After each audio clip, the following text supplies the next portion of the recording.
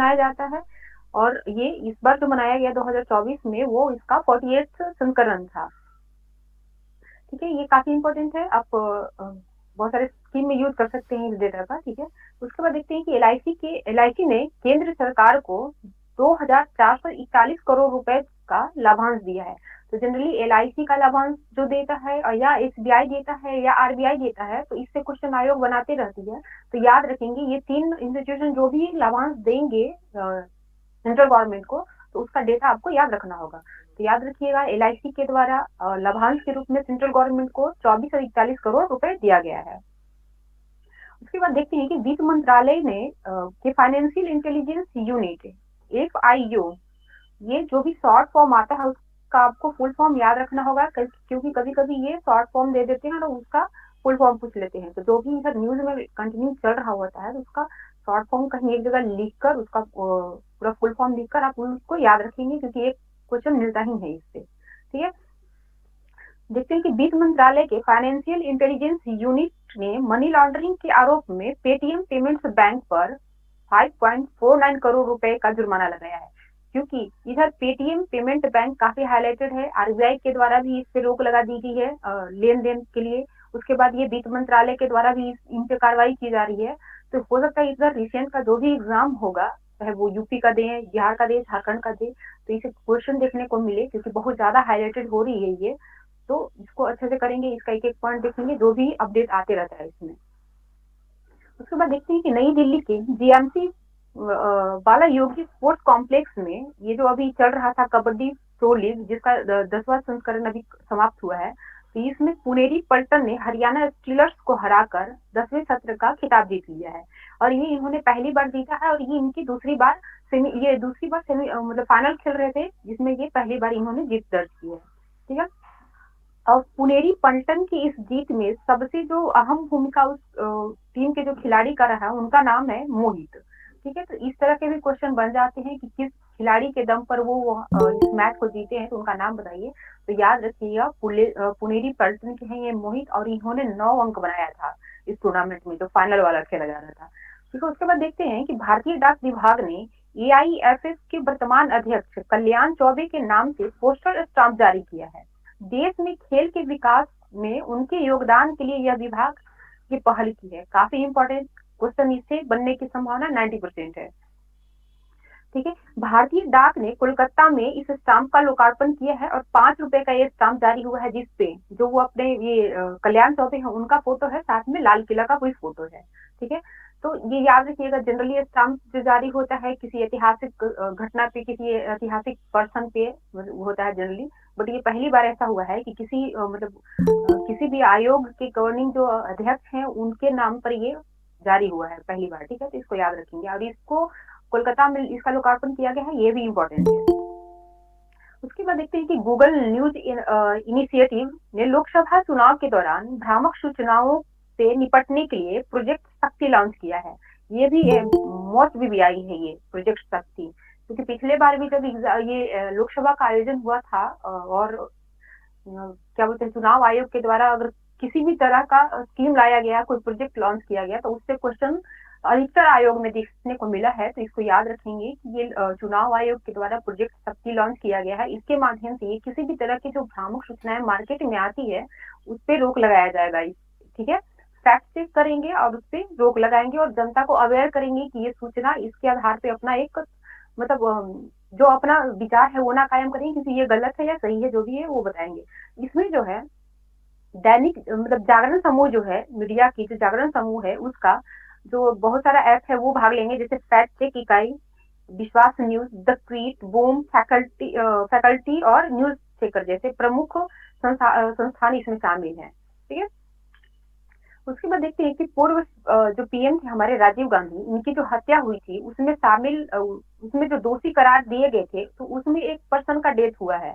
उनका नाम है, वो श्रीलंका के नागरिक है, और उनका नाम है संथन उर्फ टी सुतेंदी राजा। ठीक है, इनकी मृत्यु हो गई थी इंडिया में, और तो इनके शव को जो है श्रीलंका भेजा गया है लास्ट मतलब रिचुअल्स के लिए। ठीक है, तो ये उन लोगों में शामिल है।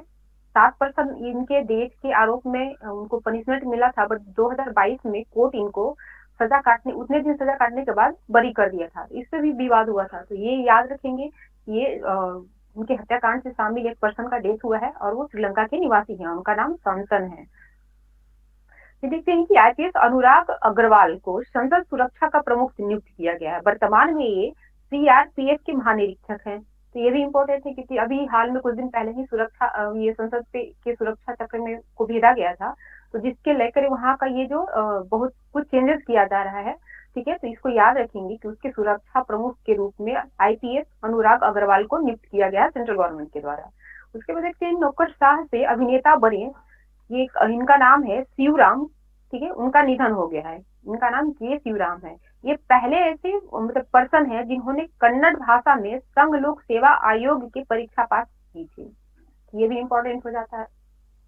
पहले पीएससी के माध्यम से प्रशासन में थे और रिटायर होने के बाद ये राजनीति में आ गए थे। ठीक है, और ये पहले ऐसे पर्सन थे जिन्होंने कन्नड़ भाषा से यूपीएससी को क्लियर किया था, तो इसलिए भी ये इम्पोर्टेंट है। ठीक है, उसके बाद देखते हैं कि डब्ल्यूटीओ की मिनिस्ट्रियल कॉन्फ्रेंस 13 जो इसका आयोजन अबू धाबी में किया जा रहा है, उसको लेकर काफी मतलब विवाद रहा है। इंडिया का जो भी डिमांड है, जैसे किसानों को सब्सिडी देने का, मछुआरों को छूट देने का, उस पर कोई बात नहीं बन पाई है।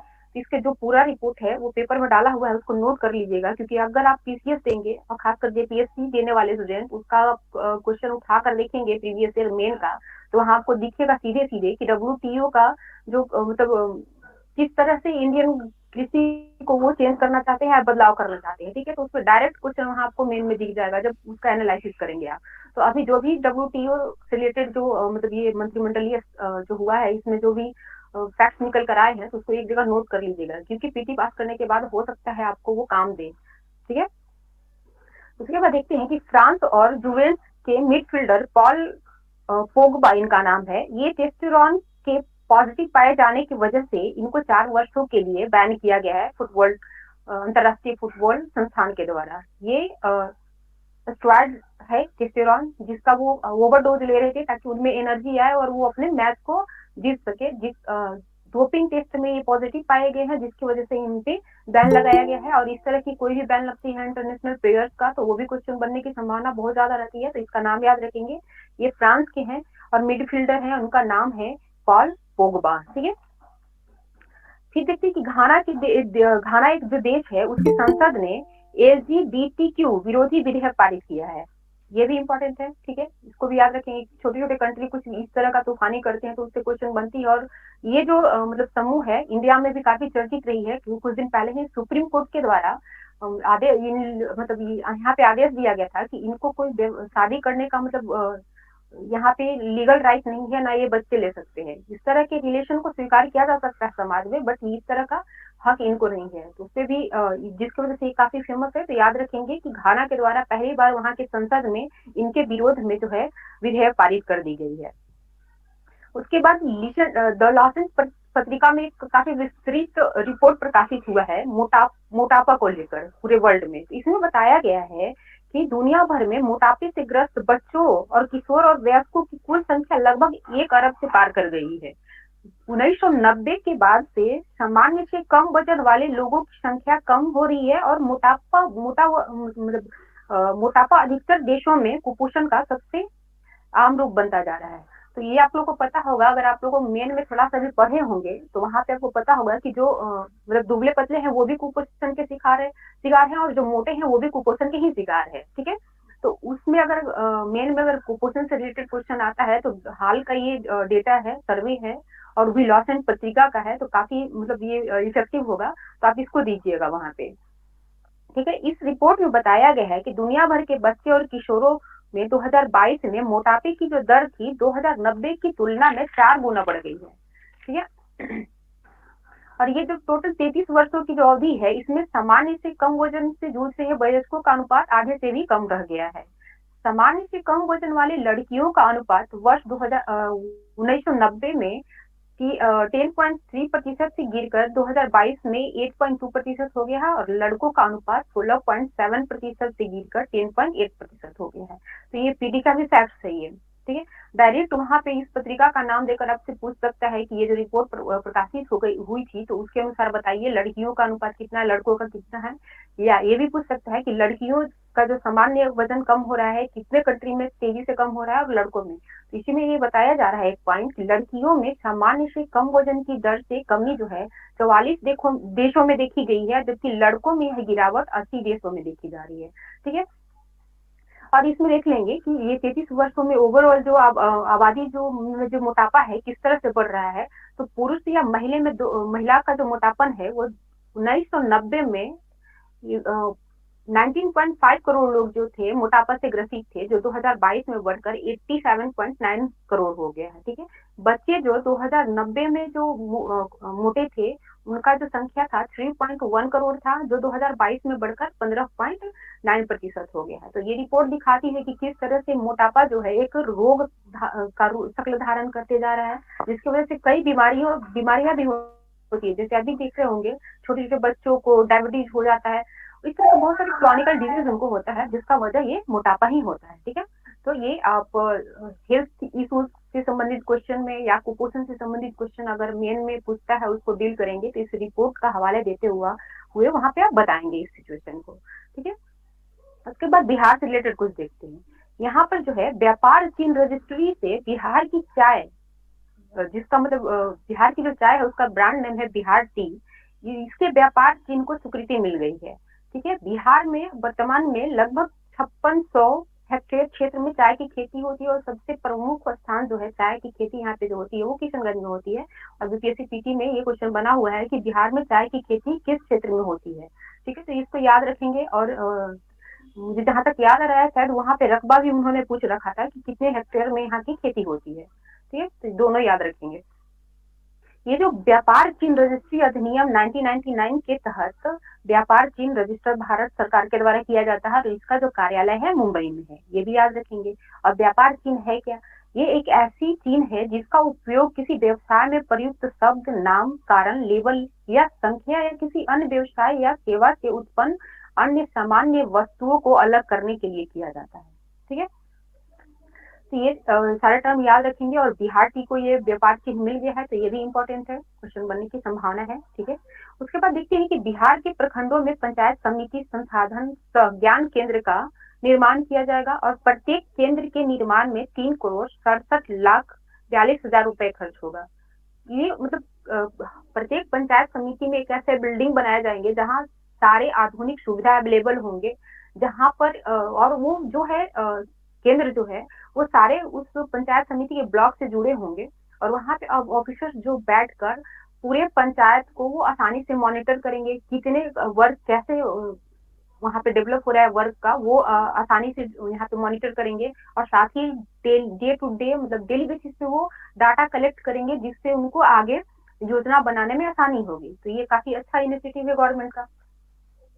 ठीक है। उसके बाद एक विधानसभा अध्यक्ष जो है हमारे नंदकिशोर यादव, इनके द्वारा एक डेटा दिया गया है, बताया गया है कि अभी जो बजट सत्र चली विधानसभा की तो उसमें जो है विधायकों की ओर से 2467 क्वेश्चन मतलब प्रश्न प्राप्त हुए हैं वहां पूछने के लिए, जिसमें से 1921 को स्वीकृति मिली है और लगभग 1340 प्रश्न पूछे गए हैं।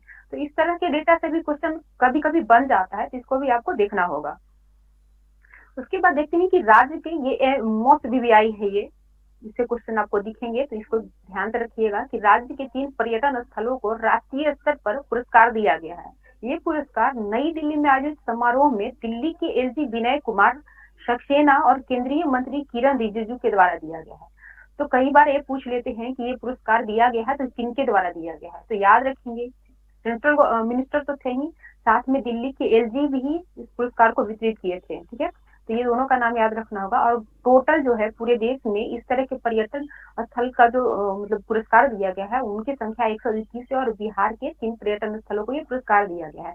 तो अब ये देखते हैं कि किन किन क्षेत्रों को पर्यटन में ये पुरस्कार मिला। जैसे सर्वश्रेष्ठ एडवेंचर डेस्टिनेशन का पुरस्कार वाल्मीकि टाइगर रिजर्व को दिया गया है। सर्वश्रेष्ठ माउंटेन डेस्टिनेशन का पुरस्कार कैमूर की पहाड़ियों को मिला है। और सर्वश्रेष्ठ इमर्जिंग फेस्टिवल डेस्टिनेशन का पुरस्कार सोनपुर मेला को मिला है। तो ये तीनों आपको याद रखना होगा कैटेगरी और किसको किसको मिला है दोनों, तो सारे को। ठीक है। उसके बाद देखते हैं कि केंद्र ने राज्यों को कर हस्तांतरण के रूप में कुल 1,42,122 करोड़ रुपया दिया है। इसमें जो सर्वाधिक मतलब बिहार को जो है लगभग 14,000 करोड़ रुपया मिला है और सर्वाधिक जो है यूपी को मिला है। तो आइए देखते हैं तीन मतलब टॉप कौन है जिनको सर्वाधिक कर हस्तांतरण हुआ है। जैसे यूपी को मिला है 25,495 करोड़, ठीक है। बिहार को 14,295 करोड़ और बंगाल को 10,692 करोड़। जो मतलब वैसे कर जिनमें स्टेट की जो हिस्सेदारी होती है उसके रूप में ये हस्तांतरित की गई है। और इससे क्वेश्चन आपको जब आप बीपीएससी प्रीवियस ईयर पलटेंगे तो देखने को मिलेगा कि सेंट्रल गवर्नमेंट के द्वारा कर के रूप में बिहार को कितना मतलब करोड़ रुपया आवंटित की गई है। डायरेक्ट क्वेश्चन है, ठीक है। तो इसको याद रखेंगे इस डेटा को, अभी ये आया ही है और चुनावी वर्ष है तो इस तरह के क्वेश्चन बनने की संभावना है, तो याद रखेंगे। और भी ये तीन डाटा तो आपको याद ही रखना होगा। ठीक है। उसके बाद देखते हैं कि बिहार राज्य विद्युत विनियामक आयोग ने सभी श्रेणी के उपभोक्ताओं के लिए अनुदान सही मतलब रहित बिजली की दर में 2% की कमी की है। ये भी इम्पोर्टेंट है। हो सकता है पूछ दे कि बिहार के उपभोक्ताओं को कितने प्रतिशत कम बिजली बिल देना होगा, तो वो 2% है। ये जो है लगातार चौथा ऐसा साल है जब बिजली के दर में बढ़ोतरी नहीं की गई है। इवन की चौथे साल में ये कमी ही कर दी गई है, ठीक है। इसमें बताया गया है कि मीटर रहित स्ट्रीट लाइटों के लिए शुल्क में भी कमी की गई है। जैसे पहले जो है ये जो स्ट्रीट लाइट गवर्नमेंट लगाती है तो उसमें 7500 रुपया प्रति किलोवाट प्रति माह के हिसाब से वो देती थी। उसमें तो मीटर लगा नहीं होता था, तो वो एक लिमिटेशन इन्होंने तय कर लिया था और उसके अनुसार स्टेट गवर्नमेंट जो है इस बिजली कंपनियों को भुगतान करती थी। तो यहाँ प्रति किलोवाट 7500 रुपया देती थी, जिसको घटाकर 4250 रुपया कर दिया गया है। अब प्रति किलोवाट के दर से इनको 4250 रुपया कंपनियों को मिलेगी। और ये डिसीजन इसलिए लिया गया है कि वर्तमान में बिहार की जो दो कंपनियां हैं बिजली की, वो सरप्लस में चल रही हैं। उनको हमेशा मतलब लाभ हो रहा है कंटिन्यू और अच्छे अमाउंट का लाभ मिल रहा है। इसकी वजह से इन्होंने यहाँ की गवर्नमेंट ने ये डिसीजन ली है। उसके बाद इसी में बताया गया है कि ऑक्सीजन गैस निर्माण के लिए लोड फैक्टर प्रोत्साहन की जो सीमा है 75% से घटाकर 70% कर दी गई है। और किसानों को अब फसल कटाई के चक्र के अनुसार बिजली बिल देना होगा। तो ये दो न्यूज जो है आज बिहार से संबंधित वो काफी इम्पोर्टेंट है, खासकर वो ये जो पर्यटन स्थलों को जो पुरस्कार मिला है वो, और दूसरा ये बिजली कंपनी को बिजली विनियामक विद्युत विनिमय आयोग की जो डिसीजन है वो। तो ये दोनों को बहुत अच्छे से कीजिएगा, ठीक है। बस आज का इतना ही न्यूज था, एक बार आप लोग इसको रिवाइज कीजिए और ये बताइए कि डीबीटी के माध्यम से 2023 में टोटल कितने करोड़ रुपया जो है वो हस्तांतरित किए गए थे विभिन्न लाभों के तहत? 34 लाख करोड़। हाँ, 34 लाख करोड़, बहुत बढ़िया। और एलआईसी द्वारा कितने लाभांश जो है सेंट्रल गवर्नमेंट को दी गई है 2023 के लिए? ये 2,441 करोड़। 41 करोड़, हाँ बहुत बढ़िया, ठीक है। ये बताइए कि ये जो अभी 10वां संस्करण खेला गया था प्रो कबड्डी लीग का, तो इसकी विजेता कौन है? पुनेरी पलटन। पुनेरी पलटन। इन्होंने किन को हराया है? हरियाणा स्टीलर्स को, ठीक है। और ये जो मैच हुई थी नई दिल्ली में आयोजित की गई थी, फाइनल मैच। इस डाक विभाग के द्वारा एक मतलब अभी जो वर्तमान में किसी आयोग के अध्यक्ष हैं उन पे एक डाक टिकट जारी किया गया है, तो उनका नाम क्या है?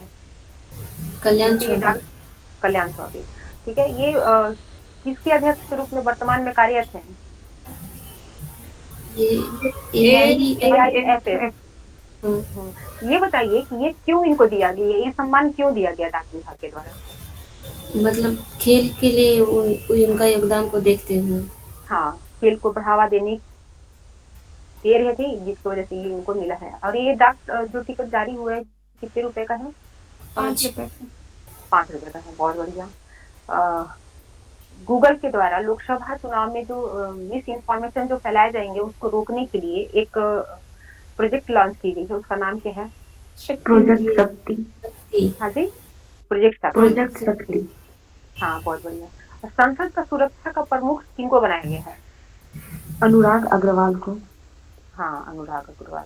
और डब्ल्यूटीओ के मिनिस्ट्रियली कॉन्फ्रेंस का 13वां जो सम्मेलन हो रहा है, वो उसका आयोजन कहाँ पे हो रहा है?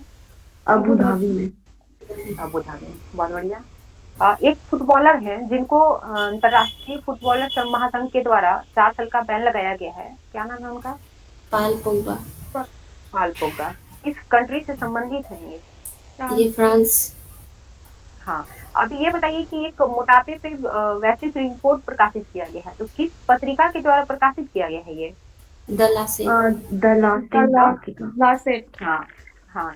ये बताइए कि वैश्विक रूप से जो पुरुषों और महिलाओं में जो मोटापा बढ़ रही है, ठीक है, तो कितने करोड़ व्यक्ति महिला पुरुष हैं जो 2022 में मोटापा के शिकार हैं? 87.9 करोड़। हाँ, और ये बताइए कि समय से मतलब सामान्य से कम वजन वाली लड़कियों का अनुपात वर्ष 2090 में कितना था? 10.3। हाँ, और ये गिरकर 2022 में कितना हो गया? 8.2%। हाँ जी, बहुत बढ़िया। ये बताइए कि लड़कों के सामान्य जो वजन कम हो रहे हैं, तो वो कितने कंट्री में ऐसा देखा गया है कि वहाँ पे लड़कों का जो वजन है? 44 कंट्री। 44। हाँ, वो तो लड़कियों का, 44 तो लड़कों का 80 है। लड़कों का 80 है, ठीक है। बिहार के किस वस्तु को व्यापार चिन्ह दिया गया है सेंट्रल गवर्नमेंट के द्वारा? बिहार टी, ठीक है। इसका अभी वर्तमान में कितने हेक्टेयर में प्रोडक्शन होता है टी का बिहार में? 56,000। 56,000? 5600 हेक्टेयर। चलो ठीक है। हाँ, ये बताओ कि बिहार के पर्यटन स्थलों को पुरस्कृत किया गया है सेंट्रल गवर्नमेंट के द्वारा, तो सर्वश्रेष्ठ माउंटेन डेस्टिनेशन का पुरस्कार किसे दिया गया है? कैमूर की पहाड़ी। हाँ, और सर्वश्रेष्ठ इमर्जिंग फेस्टिवल डेस्टिनेशन किसको घोषित किया गया? सोनपुर में। बहुत बढ़िया। सर्वश्रेष्ठ एडवेंचर डेस्टिनेशन? वाल्मीकि। टोटल कितने इस तरह के पर्यटक स्थलों को सेंट्रल गवर्नमेंट के द्वारा पुरस्कार दिया गया है? 121। हाँ, 121। बहुत बढ़िया। और ये पुरस्कार का वितरण किन के माध्यम से किया गया? केंद्रीय मंत्री किरण रिजिजू और दिल्ली के एलजी विनय कुमार सक्सेना। बहुत बढ़िया। और केंद्र जो है राज्यों को कर हस्तांतरण की है, तो इसमें सर्वाधिक जो मतलब क्या बोलते हैं इसको, सर्वाधिक जो कर है वो किस स्टेट को दिया गया है? यूपी को। और बिहार केवे नंबर पे आता है ये कर प्राप्त? दूसरे नंबर। तीसरे नंबर, हाँ दूसरे नंबर, सॉरी। तीसरे नंबर पे कौन आता है? बंगाल। बिहार को कितना कर दिया गया?